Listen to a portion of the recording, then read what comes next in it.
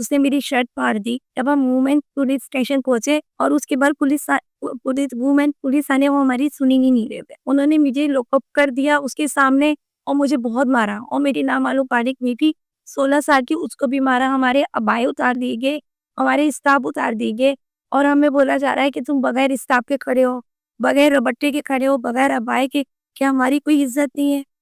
उन्होंने हमें 4 घंटे तक लॉकअप में बंद रखा और उसपे हमें तशद्दुद भी किया। हमारे मोबाइल हमारे पास से ज़ब्त कर लिए गए उसी वक़्त और मेरा भी, मेरे हस्बैंड का भी मोबाइल ज़ब्त कर लिया गया कि हम किसी को कॉल ही नहीं कर सकते। आप ये बात बताएँ, 16 साल की बालिग उम्र, नाबालिग लड़की को कौन थाने में बंद करता है? अगर मैं मुजरिम थी, आप मुझे बंद करें, लेकिन आप मेरी बेटी को किस हक से बंद करें? किस हक से हमारे अबाए उतार रहे हैं? किस हक से हमारे रबट्टे उतारे जा रहे हैं? आप बताएँ, जब हमारी इज़्ज़त नहीं है क्या? हमारे नाम की एफआईआर काटे, कोई हमारे नाम की एफआईआर नहीं काटा। ये खातून का बयान जो आपने सुना है, खातून और इसकी 14 साला बेटी थाने जाते हैं अपनी शिकायत लेकर दर्ज करवाने के लिए। वहां पर जाकर इनको कहा जाता है कि अपना स्कार्फ उतारो, दुपट्टा उतारो। इसका मतलब क्या होता है?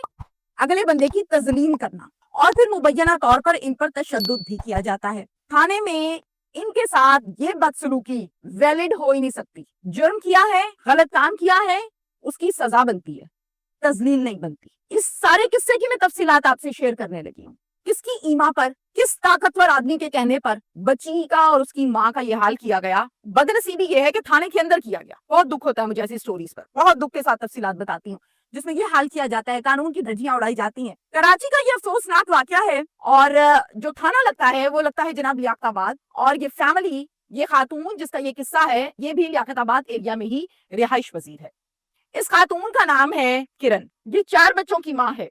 2 इसके बेटे हैं, 2 इसकी बेटियां हैं। ये अपने शौहर के साथ जैसे मैरिड खवातीन रहती हैं, ये वैसे रहती है। इसका शौहर किसी प्राइवेट कंपनी में जॉब करता है और जो किरण खुद है, ये जैसे प्रोडक्ट्स होती हैं, ग्रोसरी की होती हैं, आपकी कॉस्मेटिक की प्रोडक्ट्स होती हैं, उनको कमीशन के ऊपर लोगों के घरों में और शॉप्स के ऊपर सेल करती है। जो कमीशन बनता है, जो इनकम बनती है, वो आ जाती है और उससे घर चलता है। ये सारे का सारा एक सिलसिला है। जिस कंपनी में ये काम करती है, उस कंपनी का मैनेजर है बासित। बासित उस कंपनी के हिसाब किताब, पैसे, लेन देन, इनकम सब करता है, चूंकि ये मैनेजर है। बासित की बीवी का नाम है कुलसूम। बासित की बीवी को ये शक हुआ कि शायद किरण के साथ बासित का कोई चक्कर है। मियां बीवी लड़े, शक हुआ, झगड़ा हुआ, बहस हुई। शौहर ने कहा कि मेरा उसके साथ कोई ताल्लुक नहीं है, कोई मामला नहीं है, मेरी कंपनी में मुलाजिम है, जॉब करती है, कुलीग है, इसके अलावा कोई चक्कर नहीं है। बासित ने अपनी बीवी को लिया, किरण के घर आ गया और आके कहा कि ये मेरी बहन है, कुलीग भी है और बहन भी है। किरण, तुम बताओ कि मेरा तुम्हारे साथ कोई मामला है, कोई ताल्लुक है, कोई दोस्ती वोस्ती है? किरण कहती है, सर आप कैसी बातें कर रहे हैं, हम एक कंपनी में काम करते हैं, इसके अलावा तो कोई मसला नहीं है, कोई चक्कर नहीं है। शर्मिंदा भी होती है। इस गलतफहमी को क्लैरिफाई करने की खूब कोशिश की जाती है और किरण बताती है कि मैं 4 बच्चों की माँ हूँ, मेरा शौहर है, मुझे क्या जरूरत है। वक्ती तौर पर तो कुलसूम हो गई खामोश और उसने बात मान ली, लेकिन दिल से रंजिश ना गई। 2 दिन के बाद बासित कॉल करता है किरण को, मैंने आपके पास कुछ सामान रखवाया था, मुझे उसमें से फ्रिज और ड्रिल मशीन दे दीजिए। जिस पर किरण कहती है दे दूंगी, मगर अभी तक उसने दिया नहीं। बासित कॉल करता है किरण के शौहर को, तुम्हारे पास फ्रिज और ड्रिल मशीन है तुम्हारे घर पर, मेरा सामान है, वो मुझे वापस कर दो, मुझे चाहिए। शौहर कहता है मुझे इस बारे में नहीं पता, घर जाऊंगा, चेक करूंगा, आपका पड़ा हुआ तो जरूर आपको दूंगा। बात खत्म हो गई। 8 नवंबर को ये अफसोसनाक वाकया पेश आ गया जो मैं अब आपको सुनाने जा रही हूँ, जो आपने वीडियो भी देखी। किरण अपने घर पर थी। किरण की 14 साला बेटी जिसका नाम फातिमा है, वो भी घर पर है। बाकी 3 बच्चे मदरसे पढ़ने के लिए गए हैं और शौहर जॉब पर गया हुआ है। राइट, ये घर का सिलसिला है, सिचुएशन है उस टाइम। अब जो मैं खबर दे रही हूँ, जो डिटेल्स बता रही हूँ, वो किरण की स्टेटमेंट बता रही हूँ, याद रहे जो किरण ने बताया। किरण कहती है कि बासित और कुलसूम दोनों और इनके साथ कुछ नामालूम लोग हमारे घर पर घुसे हैं, मुझे और मेरी बेटी को तशद्दुद का निशाना बनाया है, हमारे कपड़े फाड़े, गालियां दी, बदतमीजियां की, चीजें तोड़ी और भाग गए। मैंने फौरन अपने शौहर को कॉल की, उनको सारे वकूए के मुतालिक बताया कि ये काम हो गया पीछे, और फिर फौरन से 15 पर भी कॉल की और उनको भी बताया, क्योंकि घर के अंदर आके किसी को नामालूम लोगों के साथ मार पीट के चले जाना कहाँ की इंसानियत है।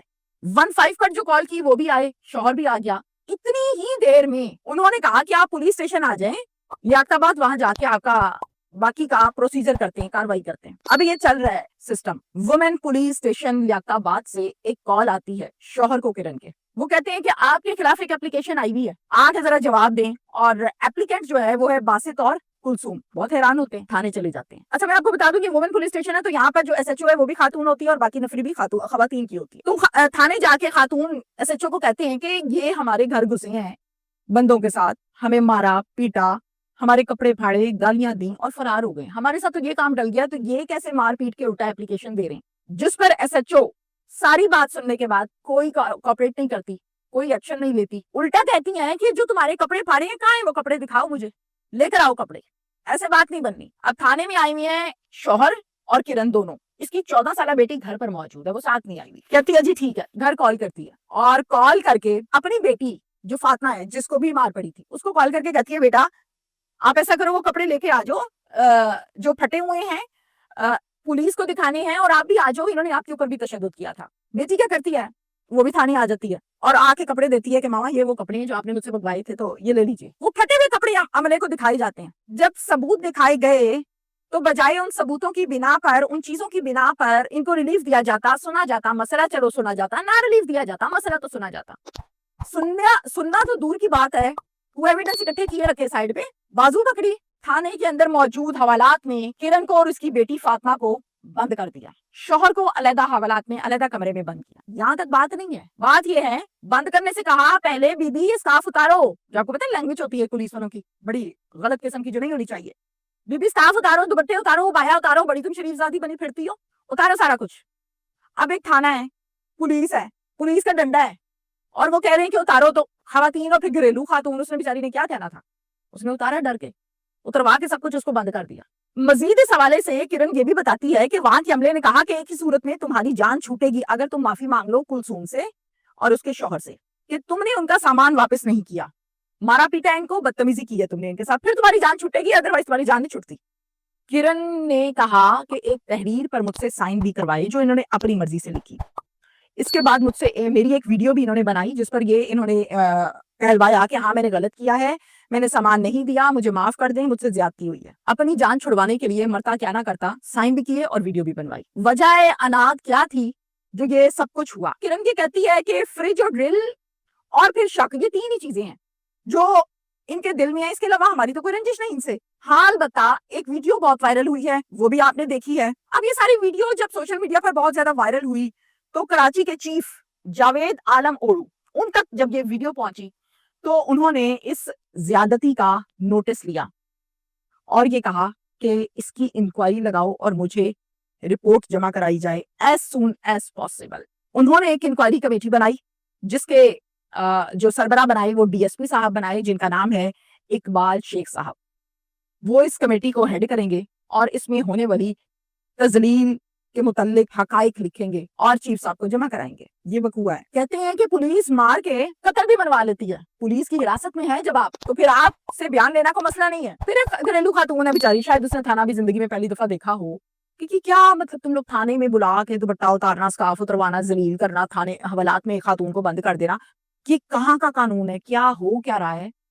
मैं जावेद आलम ओरू साहब से ये रिक्वेस्ट करती हूँ कि जरा इस सच्चों को बुला के पूछे ना कि गुनाह था, चीजें वापस नहीं की, रिलेशन था, रिलेशन नहीं था, झगड़ा हुआ था, झगड़ा नहीं हुआ था, किस कानून में ये लिखा है, किस आर्टिकल में ये लिखा है कि खातून थाने में आए तो उसका दुपट्टा उतार दो, स्कार्फ उतार दो, अबाया उतार दो और उसको बंद कर दो। How is this possible? आपने कैसे कर लिया? किया आपने, तो आप इसके जवाब दें। मुझे ऐसा लगता है जो ज्यादती करते हैं उसको आड़े हाथों दिया जाए तो शायद अगला बंदा ज्यादती ना करे। हमारे यहाँ अक्सर औकात पेटी भाइयों को या सलाम दुआ वाले को या जानने वाले को सिफारिश की बिना पर, कॉल की बिना पर, धड़ल्ले की बिना पर, दबके की बिना पर माफी दे दी जाती है जुल्म की, जो कि नहीं होनी चाहिए। Thank you.